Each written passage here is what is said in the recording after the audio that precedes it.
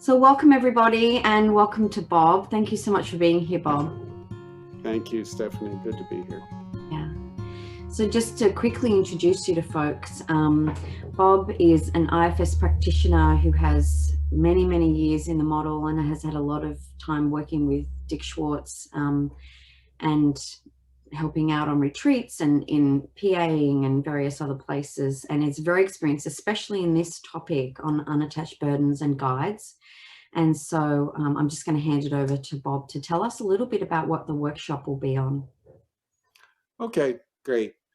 Unattached Burdens and Guides are sort of the farther reaches of IFS. It's the weird stuff.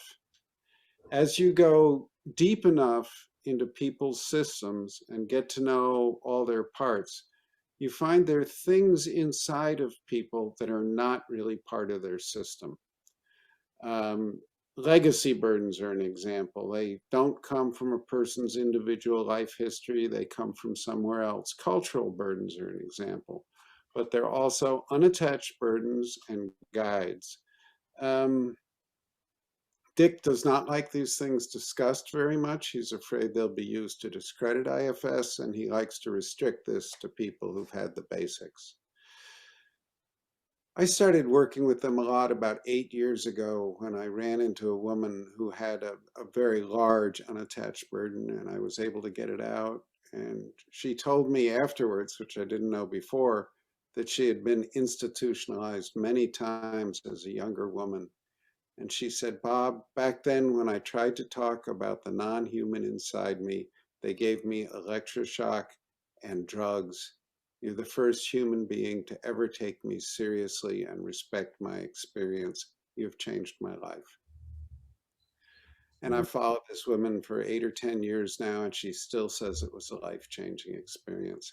I wanted to ignore this stuff because it disrupted my trauma-centered view of psychology, and it was very disruptive. But when she said that, I went, no, I'm really, really going to look at these things that occur inside of people's systems that are not part of them. And they do occur. They're actually not that uncommon.